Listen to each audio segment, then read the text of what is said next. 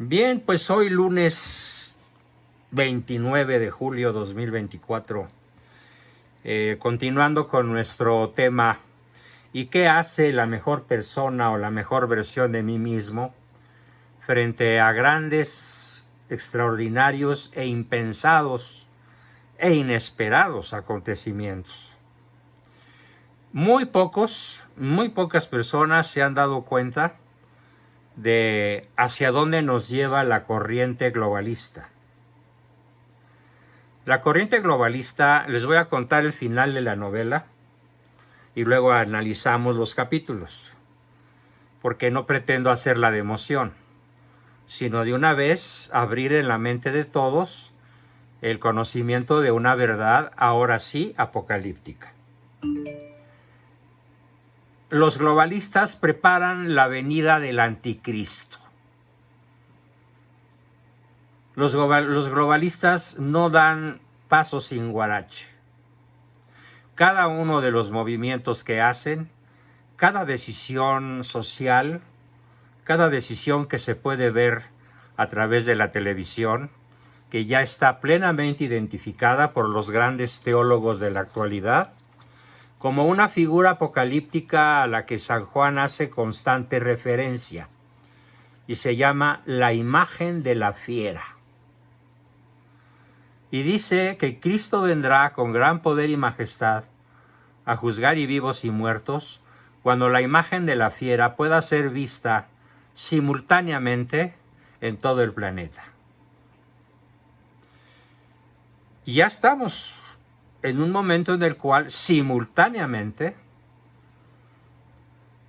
todos los televidentes de la Tierra pueden ser conectados a la vez, viendo acontecimientos de clase mundial, como lo son, por ejemplo, los grandes eventos deportivos, que son los campeonatos mundiales de fútbol, que están a 2 años de distancia, y desde luego las Olimpiadas, que están vigentes. Yo invito a todos a hacer una especie de boicot para no contribuir a esta preparación en el camino empedrado y lleno de rosas que los globalistas preparan para la venida del anticristo. Y es no ver los Juegos Olímpicos, sabotearlos, boicotearlos. Además de que nuestros atletas están haciendo el ridículo más espantoso de su historia. Salvo las tiradoras con arco, que ya ganaron una medalla de bronce, todos los demás están siendo sistemáticamente descalificados. Es más, el fútbol nacional, que es el deporte por excelencia de este país, ni siquiera llegó. Fue eliminado en las eliminatorias por un país centroamericano, de esos que tienen un fútbol de segunda división. ¿Por qué? Porque pues nuestros futbolistas no se la tomaron en serio. Volviendo al punto. Para todos aquellos que sugieren, están muchos periodistas, incluso periodistas que tienen una aureola de seriedad, como Ciro Gómez Leiva, por mencionar a uno, y este otro de Televisa, que se me escapa siempre su nombre. Yo creo que lo tengo intelectualmente o emocionalmente reprimido. Javier Alatorre. No, de Televisa, es de Televisión Azteca, de Taravisión Azteca. Estoy hablando del otro, de López Dóriga. Me iluminó el Espíritu Santo. Incluso ellos no toman un partido claro. No son contundentes en sus juicios. Ni hombres ni mujeres. Nadie se atreve a tomar una posición contundente, definitiva, condenatoria ante lo que estamos viendo y viviendo. Y ellos dicen que lo que pasa es que no estamos educados en historia del arte. Y nos alegan que la obra de La Última Cena fue finalizada en 1498 por Leonardo da Vinci, lo cual es verdad. Pero que la obra El Festín de los Dioses, Festin de Dieu, en francés, de un pintor holandés, Van Bijlert. Bijlert fue pintada en 1635, o sea, 137 años después, como una paganización de la ya famosa obra de Da Vinci. O sea, fíjense, la obra del holandés Van Bijlert fue una paganización de la última cena de Da Vinci. Esto es, los que no saben historia del arte nos acusan a nosotros, los católicos, que nos sentimos indignados, ofendidos y enfurecidos por la parodia sacrílega que se ha hecho en los Juegos Olímpicos de París. Y nos dicen, no se trató de la última cena.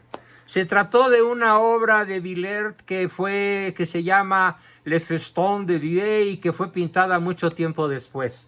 Sí, pero lo que ellos no nos dicen, ni López Dóriga, ni Alatorre, ni el otro Ciro Gómez Leiva, ni ningún noticiero nos va a aclarar jamás, y ustedes lo verán, que sí es una afrenta al catolicismo, porque ya la obra, El Festín de los Dioses, estaba considerada desde la época en que fue pintada como una afrenta a la fe católica.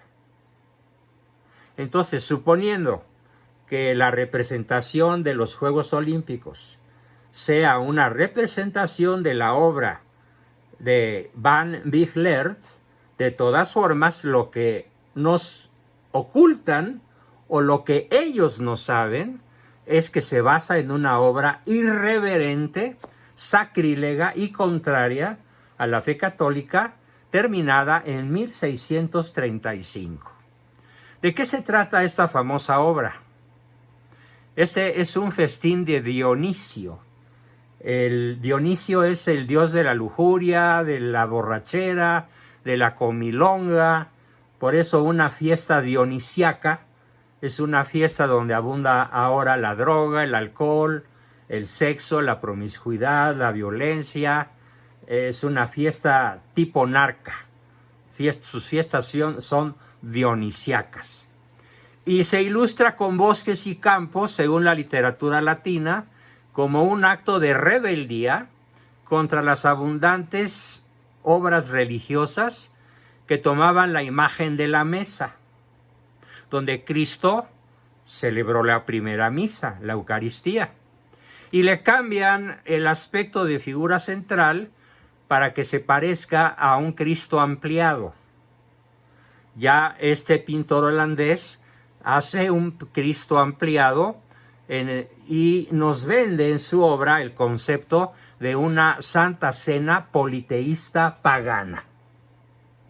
Pero esto no lo hizo en París el Comité Olímpico, lo hizo en el siglo XVII, este pintor protestante del género realista, porque está muy bien pintada, muy precisa, con muchos detalles y con un excelente dominio del color, del fondo, de la luz, etc. Sí, un pintor de primerísima línea, pero que hace una obra blasfema. Él es el que hace la parodia de la Última Cena. Entonces, cuando ahora los que defienden a la parodia de los Juegos Olímpicos, diciendo que los católicos estamos exagerando, ignoran un hecho histórico de la historia del arte, que a mí me encanta tener la oportunidad de explicarles a ustedes, porque aunque yo no puedo presumir de ser un buen pintor, más que algunos dibujillos por ahí que hacía yo en la prepa, de todas maneras la historia del arte siempre me ha apasionado. Entonces, buscando yo en la red y en mis archivos, encontré esta joya.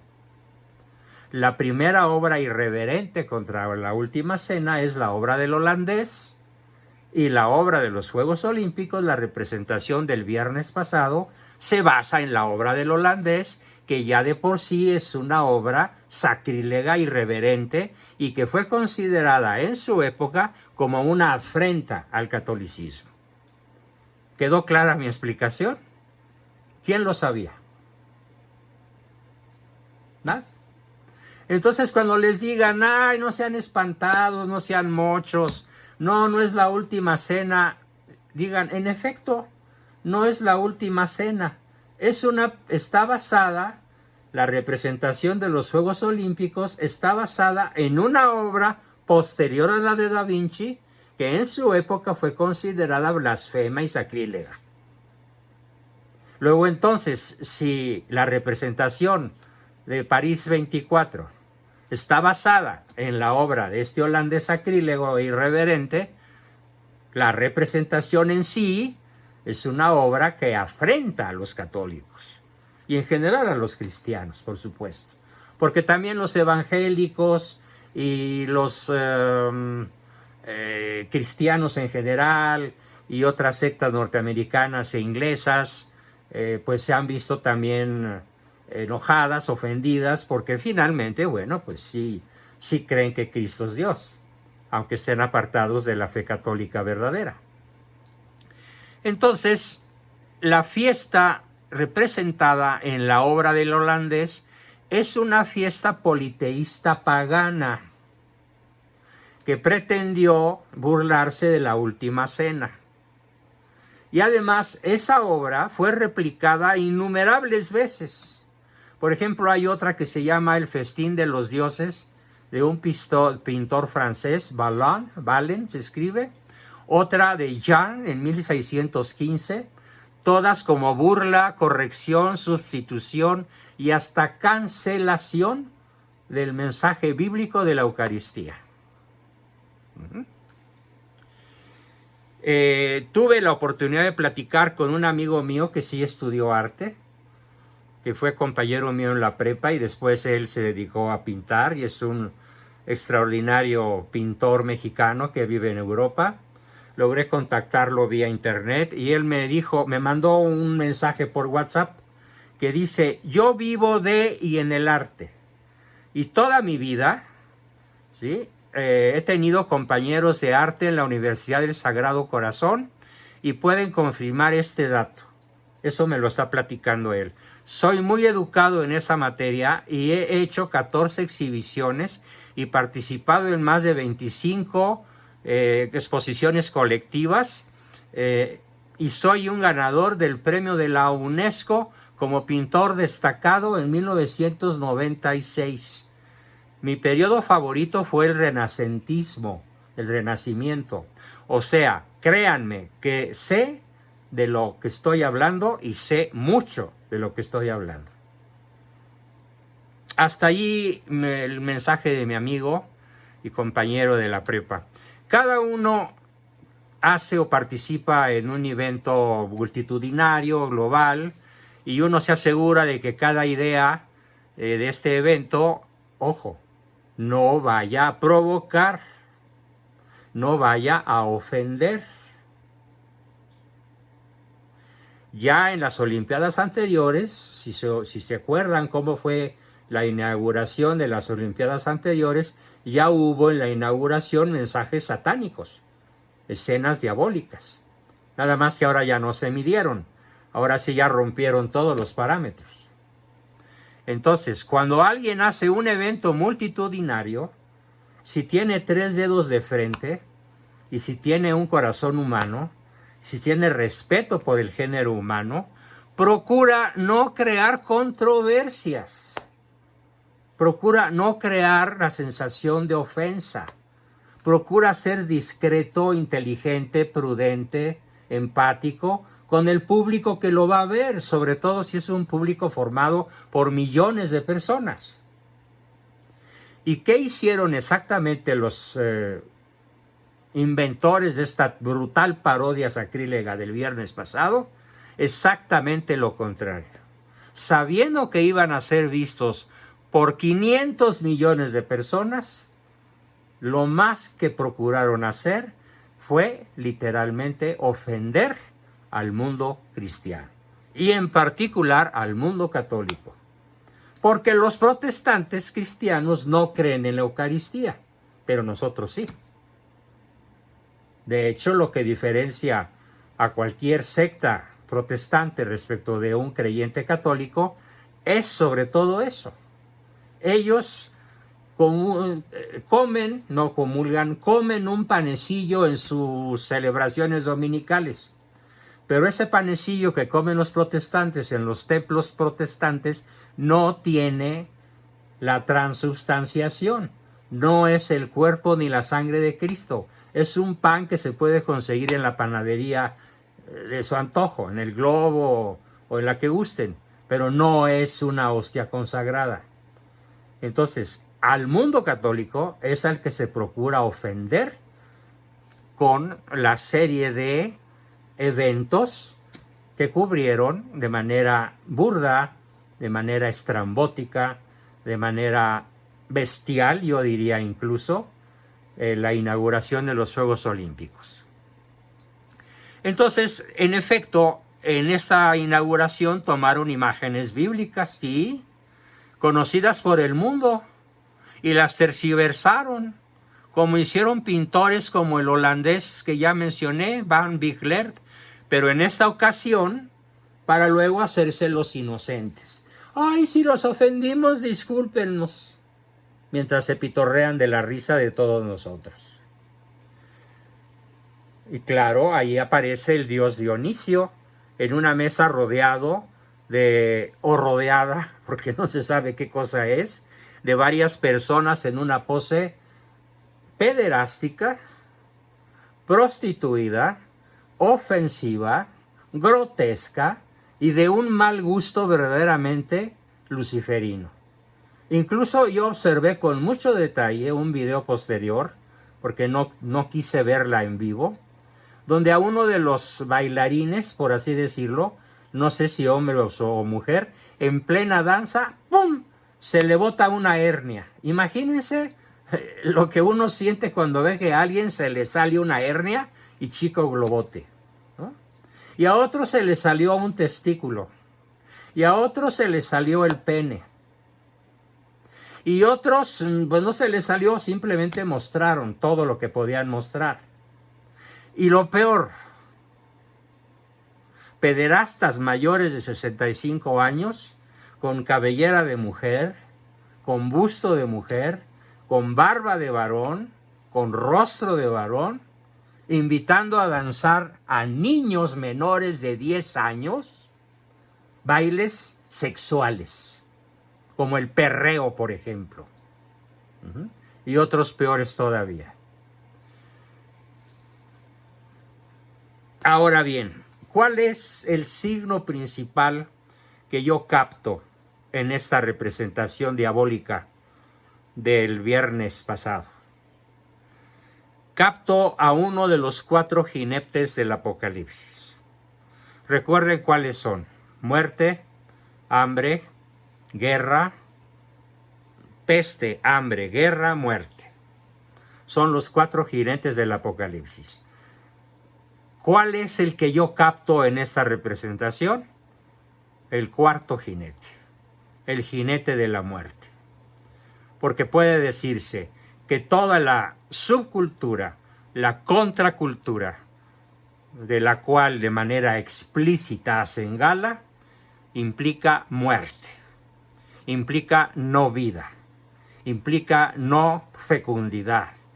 Y la no fecundidad implica aniquilación y extinción de la raza humana. Porque lo que más odia el demonio es la vida humana. Es el odio principal de Satanás, la vida humana, porque somos herederos de la gloria de Cristo, herederos de su gloria, sobre todo aquellos que por ley natural o por bautismo de deseo o por bautismo de sangre o por bautismo de agua, vivamos como cristianos. Eso no lo soporta Satanás. Así que no me sorprende que en el espíritu de las Olimpiadas presenten en el centro a una mujer de unos 200 kilos de peso, ¿sí?, mínimo 200 kilos, y lo peor de todo, detrás de ella en su cabeza refulge una custodia. Es decir, esa pieza de oro con muchos rayos que llegan todos al centro de la hostia, que se llama custodia, donde se guarda la Sagrada Eucaristía.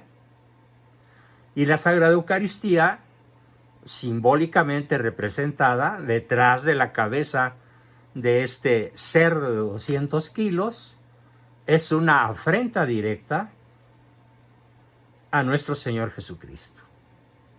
Y que no me tachen de ignorante, porque ya aclaré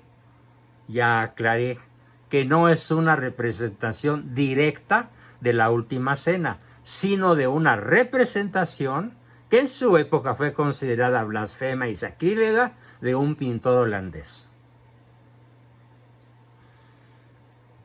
Así que en próximas representaciones no me sorprendería para nada que utilizaran un pesebre con un bebé y una mujer al lado diciendo que el bebé es hijo de Afrodita y de Zeus y que su hijo se llama Cupido. A esos extremos podemos llegar en un santiamén. Así que a esas personas que dicen que nos eduquemos en historia del arte, les acabo de dar una lección de historia del arte. Aparte del signo del jinete del Apocalipsis, muerte, ¿qué otras cosas encuentro simbólicamente aterradoras? La principal, después de esta que acabo de decir. El signo más apocalíptico, aparte de todo lo que ya expliqué, va a consistir en un doble error. Este doble error consiste en que al bien se le llamará mal y al mal se le llamará bien. Y los más pretendidamente incluyentes son exactamente los más excluyentes. Los más autoproclamados demócratas son los peores tiranos. Intentan desviar la atención del público hacia cuestiones meramente de poder, de dinero, de fama, de honores, de placeres, y arrancarnos de la intención de la lucha por el espíritu, de la lucha por salvar nuestra alma. Otro signo brutalmente profundo que encuentro es como al deporte se le procura manchar. El olímpico, el deporte olímpico, Altius, Sitius, Fortius, como lo inventó el barón Pierre de Coubertin, más alto, más rápido, más fuerte. Eso significan los aros olímpicos. Más alto, más fuerte, más rápido. ¿Qué tiene que ver esta representación grotesca para celebrar los juegos en donde se reta a cada participante a ser más rápido, más alto, más fuerte? Nada, absolutamente nada.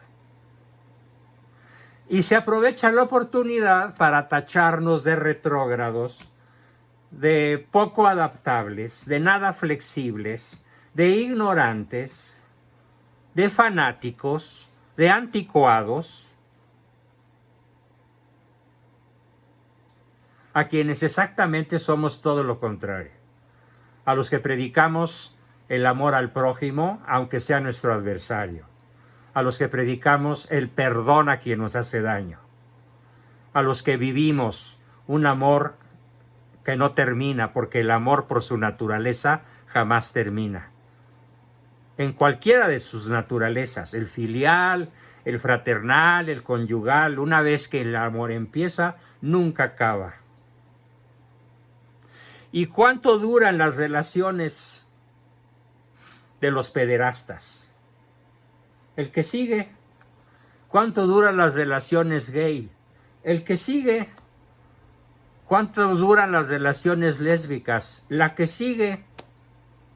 El promedio de encuentros sexuales de todos estos grupos LGTBI es de 52 encuentros sexuales por año, según la Organización Mundial de la Salud.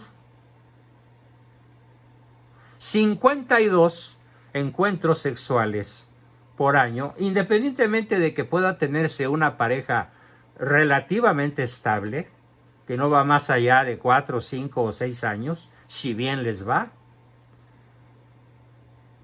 En el mundo LGTBI, la promiscuidad, la pederastia, el animalismo, la orgía, etcétera, y todas las aberraciones sexuales posibles tienen cabida y son consideradas como signo de liberación, como signo de pensamiento avanzado, como señal de cultura, como señal, y aquí viene una palabra que me da mucha risa, de diversidad, ¿sí?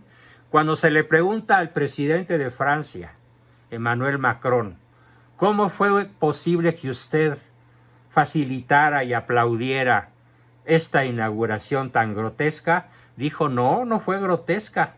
Esa es Francia. Y lo escribió en inglés. This is France. Y además es una aportación a la diversidad. Hoy vivimos en un planeta diverso y todos aquellos que no comulguen con la diversidad están siendo marginados por el proceso de la máquina que nunca se detiene de la historia. Pues los que van a quedar marginados para siempre de la dicha eterna de su creador son ellos. Ah, no, pero los malos somos nosotros. Los perversos, los estúpidos, los antisociales, los fanáticos, los decadentes somos nosotros, los católicos ofendidos. Y quiero terminar esta brevísima exposición para dar paso a otras aportaciones que seguramente ustedes querrán hacer o preguntas que quieren formular con el pensamiento con el cual inicié. Después de la avalancha tremenda, porque fue una avalancha brutal de reclamaciones, en medio de tanta cochinada, de tanta porquería, hubo una cosa que me llenó de emoción. La selección española, en pleno, declaró su fe católica. Los 22 jugadores de la selección española declararon su fe católica y su absoluta desaprobación al evento olímpico de inauguración. Por supuesto no lo hizo Francia, ni Alemania, ni siquiera Austria. En cambio, aunque no tienen representación futbolística, en otros deportes sí lo hicieron Polonia y Hungría, y desde luego El Salvador. Pero fuera del Salvador, en el continente, y de Milei, en el continente americano, no hubo protestas serias. La antigua Cristianoamérica está convertida hoy en una colonia rusa, en una colonia yanqui, pero no de los yanquis patriotas republicanos, sino de los yanquis de Kamala Harris, que bueno, hay que reconocerle a la Kamala Harris que tampoco aplaudió el asunto y dijo cuando menos que era algo de muy mal gusto. Cuando menos siquiera eso dijo. En fin, concluyo entonces diciendo que la disculpa aparente que ofrecieron no es tal disculpa. No hay tal rectificación. No se traguen ese cuento. Porque el que ofende tiene la obligación de decir, perdón por haberte ofendido. Te ofrezco disculpas, te pido perdón. Y no como salió una tipa por ahí cuyo nombre prefiero no recordar, diciendo, ay, si los ofendimos, si se molestaron, discúlpennos, pero con un sí condicional. Es como si después de una afrenta muy agresiva de mi parte a alguno de ustedes, ¿sí?, les dijera, ay, es que si te ofendí, discúlpame. No, sí te ofendí. Y como te ofendí, discúlpame y perdóname. No se ha producido ninguna declaración de rectificación que tenga ningún viso de seriedad. Bien, con esto termino mi exposición. Hoy ha sido un mal día para su servidor. He estado sumamente afectado por esto, pero lo que más me afectó en la tarde, bueno, a partir de las 10 u 11 de la mañana, fue la tragedia de Venezuela. Los invito a participar sobre este tema el viernes en nuestro taller de historia, que se va a llamar Cuando veas las barbas de tu vecino cortar, pon las tuyas a remojar, porque México va para allá. De la mano de la peor persona que pudo habernos tocado, Claudia Sheinbaum. Muchísimo peor que el bulto de Palacio. En fin, con esto terminamos. ¿Quién quiere comenzar? Adelante, por favor. Jorge, tú decías que tenías por ahí